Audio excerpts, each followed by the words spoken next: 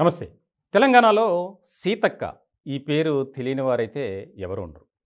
ములుగు నియోజకవర్గానికి సంబంధించి ఎమ్మెల్యేగా వ్యవహరించినటువంటి ఆమె నిత్యం ప్రజల్లో ఉంటూ, ప్రజలతో మమేకం అవుతూ, ప్రజలకు ఎదురయ్యే కష్టాల్ని, నష్టాల్ని, వారి బాధల్ని తీర్చేందుకు ఎప్పుడూ నేనున్నానంటూ ముందు వరుసలో ఉంటారు.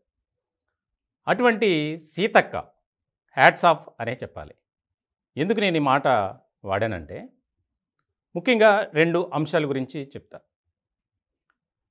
సీతక్కకు పిఏగా ఉన్నటువంటి వెంకటరమణ గత 5 నెలల క్రితం రోడ్డు ప్రమాదంలో చనిపోయారు. వెంటనే ఆ విషయం సీతక్కకు తెలిసింది. వెంటనే ఆ మృతదేహం వద్దకు వెళ్ళి బోరున విలపించారు. అదొక ఇన్సిడెంట్. అలాగే అంతిమ సంస్కారాలు పూర్తయ్యేంత వరకు అక్కడ నుంచి ఆమె కదలలేదు. అంటే కుటుంబంతో నేనున్నాను, మీకు ఏ కష్టం వచ్చినా, ఏ బాధ వచ్చినా మీరు నాతో చెప్పండి అంటూ వారికి కొంత ఆర్థిక సహాయం చేయటమే కాకుండా ఎప్పుడూ కూడా నేను మీకు వెన్నంటూ ఉంటానని చెప్పి ప్రామిస్ చేశారు. ఇప్పటికి కూడా ఆ కుటుంబం పట్ల అదే రకమైనటువంటి ధోరణితో ఉన్నారు. రెండవ వ్యవహారం, ఇటీవల మంత్రి అయిన తర్వాత ఆమె దగ్గర పిఏగా ఉన్నటువంటి సుజిత్ రెడ్డి, అతను తాజాగా భద్రాచలం దగ్గర 17 ఇసుక లారీలను అధికారులు పట్టుకున్నారు. అక్రమంగా తరలిస్తున్నటువంటి ఇసుక లారీలు. ఈ వ్యవహారానికి సంబంధించి సీతక్క దగ్గర పిఏగా పనిచేస్తున్నటువంటి సుజిత్ రెడ్డి, ఆయన కాంగ్రెస్ పార్టీలో కీలకమైనటువంటి వ్యక్తులకు బాగా పరిచయస్తుడు, కావలసిన వ్యక్తి.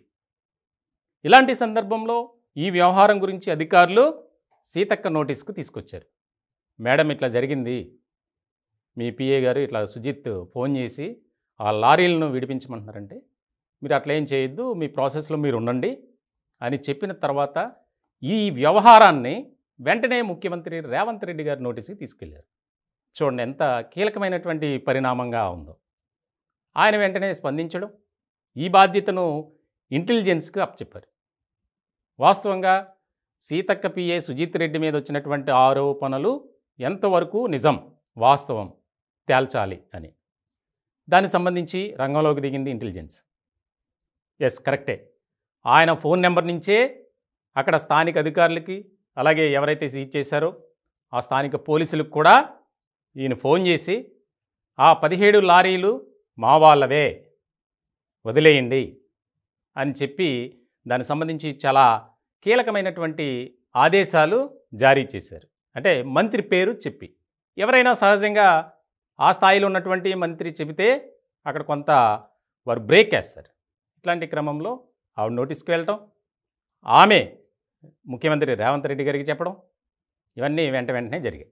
ఇప్పుడు తాజాగా జరిగిన పరిణామం ఏంటంటే, ఎస్, సీతక్క దగ్గర పిఏగా పనిచేస్తున్నటువంటి ఎవరైతే సుజిత్ రెడ్డి ఉన్నాడో అతను నిజంగా చేశాడు.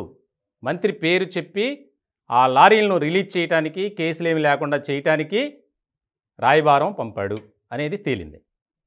దీంతో వెంటనే ముఖ్యమంత్రి రేవంత్ రెడ్డి గారు ఆ సుజిత్ రెడ్డిని విధుల నుంచి తప్పిస్తూ ఉత్తర్వులు జారీ చేశారు. అంటే ఇక్కడ ముఖ్యమైనటువంటి పరిణామం మనం ఒకటి చూడాలి. సాధారణంగా అధికారంలో ఉన్నా లేకపోతే ఒక ప్రజాప్రతినిధికి సంబంధించినటువంటి మనుషులు ఏదన్నా తప్పు చేస్తే ఏ రకమైనటువంటి బేరసారాలు జరుగుతాయి, ఏ రకమైనటువంటి ఒత్తిడి వస్తుందో మనం తెలుసు, చూస్తుంటాం చాలా సంఘటనలు.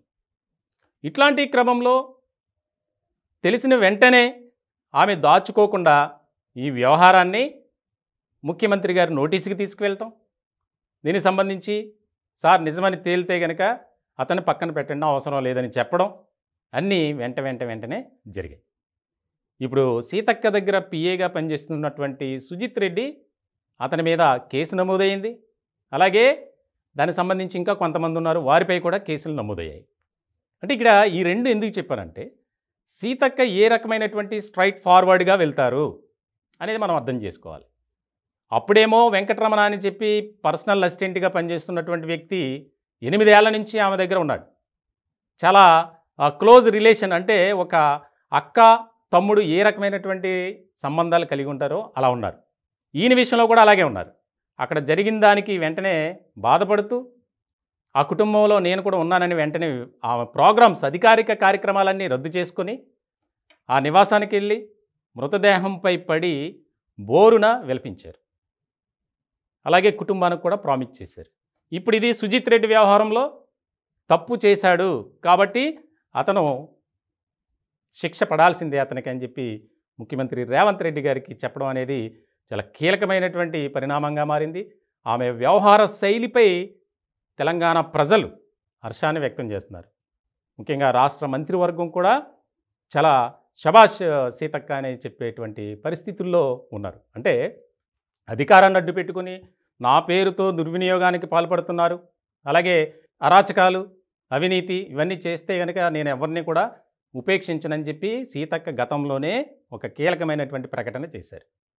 ముఖ్యమంత్రి రేవంత్ రెడ్డి గారు కూడా అదే ఆలోచనలో ముందుకు వెళ్తున్నారు. ముఖ్యంగా ఇది ఇందిరమ్మ రాజ్య పాలన, మనం సుస్థిరమైనటువంటి ప్రభుత్వాన్ని ఏర్పాటు చేయాలంటే పాలన బాగుండాలి. దానికి సంబంధించి ఎవరైతే అవినీతి అక్రమాలకు పాల్పడుతున్నారో వారిని కఠినంగా శిక్షించాల్సిందే. ఎవరికి కూడా మన ప్రభుత్వం కానీ, మన ప్రభుత్వంలో ఉన్నటువంటి మంత్రులు కానీ, మన పార్టీలో ఉన్నటువంటి ప్రజాప్రతినిధులపై ఆరోపణలు రాకూడదు, విమర్శలు రాకూడదు. అలా జాగ్రత్త పడండి అని ముందు నుంచి చెప్తూనే ఉన్నారు. సో ఈ తాజాగా జరిగినటువంటి ఈ పరిణామం నిజంగా గతంలో జరిగినటువంటి పరిణామం ఒకసారి అందుకే నేను ఈ రెండు పోల్చి చెప్పాలనిపించింది.